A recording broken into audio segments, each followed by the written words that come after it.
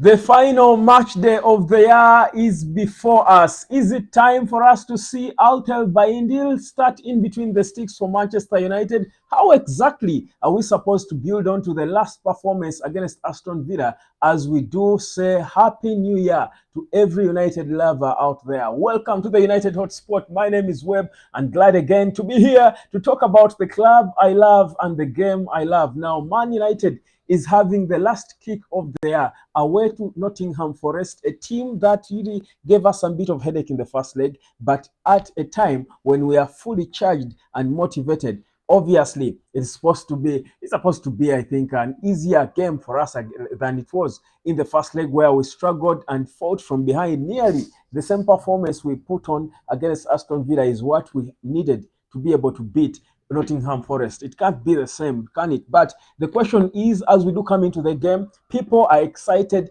I know so many United supporters world over do want to get to see our deputy, our number two, this man start in between the sticks. But Andre Onana, his senior, doesn't want to let him have the shine, at least not for now. What exactly should we root for? Is Erik ten Hag a kind of manager who has got the character to say, Onana, it's time because everyone wants to look at Bayindir. But also, it's inevitable that Andrew Onana will not start all games. So you either start him early and test him early against Nottingham Forest when your outfield players are in the mood, they are fully charged, or you don't. But also, again, thinking again like Erik ten Hag now, it's difficult. After the performance we put on against Aston Villa, we always say is the Tinkerman.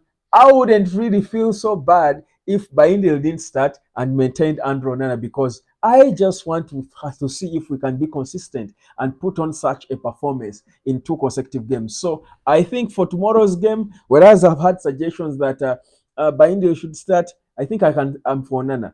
I'm for Nana, to be honest. Let's make a vote. Who should start? I'm going to put a poll up in a bit. Who should start? Let me even put it up right now. Who should start in goal? Is it Altel Bayindir or Andrew Nana? Let me know what you think. But either way, Manchester United put on a performance to remember, a performance to envy for the naysayers, a performance to inspire, a performance to celebrate for we the fans as we end the year against Aston Villa. But United, if you ask me, by the way, that should be the best performance by Manchester United this year. And I'll give you my here in review later. But I think for me, that was the best performance by Manchester United this year. And that's what I was saying. United, we've been improving slowly since Kobbie Mainoo came. We've been improving slowly but surely. Slowly, in a subtle way. Sometimes we've lost but still played well. Like against West Ham, I thought we didn't play bad. We are improved. So there is progress. Now you feel like we are headed somewhere. And I just want to see the consistency before I get carried away. So Erik ten Hag confirmed in his pre-match press conference yesterday that he has got the exact same players he had for that Aston Villa game. And that for me is a good thing. Then it makes his job easy. I mean, he's not challenged now. Imagine if they were about Martinez was back, Casemiro was back, Maguire was back. Even for the manager, he would be disorganized, yet he wants to see some bit of consistency. So it's a blessing in this guy is that he has got the same players all fit at his disposal. So how on earth does it do? Does he trust the same players, bring them back, or does he make a small change? I feel like he could make a change, maybe one change. I'm trying to pinpoint which one, but I feel knowing Erik ten Hag may not really bring the exact same team because I know for a fact even Nottingham Forest spent their entire night, day, evening, morning, afternoon, and dreams watching that game, trying to see how Man United comes at you because they expect them to come at them like that. Nuno Espirito Santo knows exactly what to do. So they will study the game. So you can tweak something. And I cannot point to which. Maybe I cannot point to what he can tweak, but I feel like he could tweak something. But the key fundamentals should remain the same. What are the fundamentals? Number one, the first fundamental is Kobbie Mainoo. Kobbie Mainoo in the middle with Christian Eriksen. That's the second fundamental. Eriksen is fresh, he's hungry. Even before he returned after that long injury layoff, he said it in an interview that he was hungry. He can't wait to return. And you love Christian Eriksen when he's hungry. You love him when he's hungry. When he's hungry, he will just again add him to Kobbie Mainoo, you've got two extremely smart footballers on the pitch. Extremely. Now, one is smart in organizing the whole game. The other is smart in creating key moments, game-changing, impacting moments. Now, those two are a match made in heaven. I dropped a video sometime back asking who is the perfect partner for Kobbie Mainoo. Now that Eriksen is back, we've seen them. Actually, I feel like he makes Kobbie Mainoo whatever. I feel like Christian Eriksen makes Kobbie Mainoo's work make sense, if you know what I mean. Kobbie Mainoo came and changed United and was doing a lot of nice things, but there was no one to make them to do the finishing. So Kobbie Mainoo lays the foundation and does the building and everything.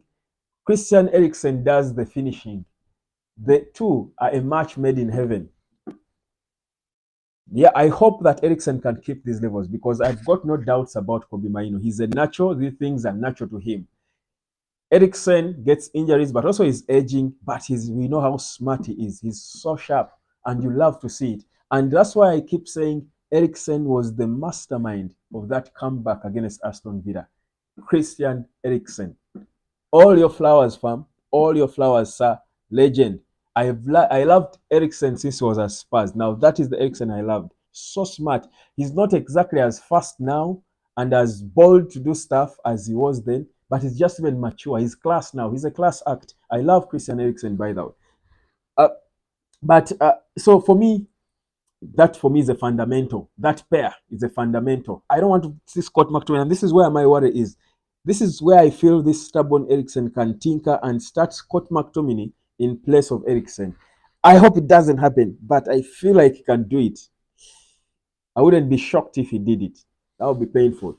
Then, when Eriksen is there doing all the smart things, then Bruno Bruno will also step up his game. Bruno will also be more daring. You know, Bruno is so daring, tries to do stuff to find the ball in the box and all. That's why he had so many passes. Eriksen makes Bruno better. They are two good players. Eriksen is slightly smarter than Bruno, but Bruno, he's close to him because Bruno is more daring. He's younger.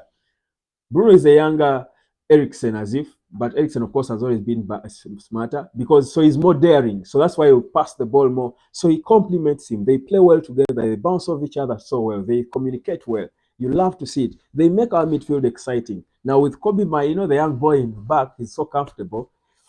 Oh God, it just makes our midfield just look so orgasmic when we are in the right moments. And that's why Alejandro Garnacho was spoiled for choice with chances, if you remember. Before he scored the brace, he could have scored how many more or assisted more. That is why Marcus Rashford was spoiled for choice. He was all over. He was up front. He was just going up front. He didn't have to worry about tracking back. There was not so much work to do to get there. Mainoo and Eriksen and Bruno were helping them get there. So for them, they had to focus on the attack. The final third. They were committed to the final third.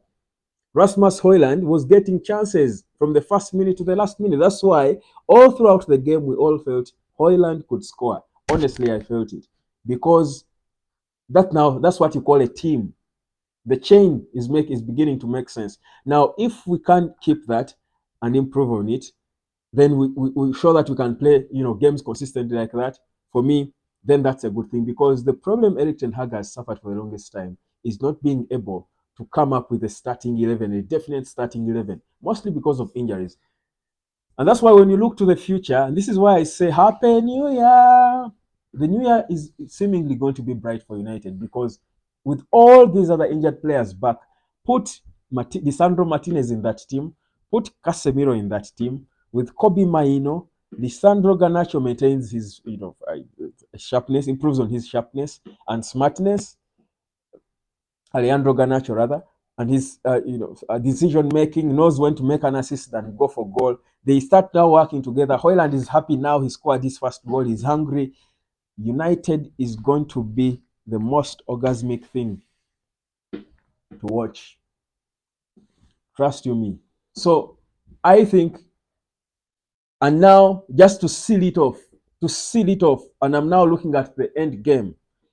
All that orgasmic feeling will make sense, will make the utmost sense. It will send you to paradise. if you just bring Mason Greenwood back and insert him there, that would be the winning move. Checkmate. In my language, we say, Kaba kaweddemu. Nakage kaweddemu, fam. I'm done. Have a good day. See you later. I love this club. My prediction, I'll give you in my next video before the game.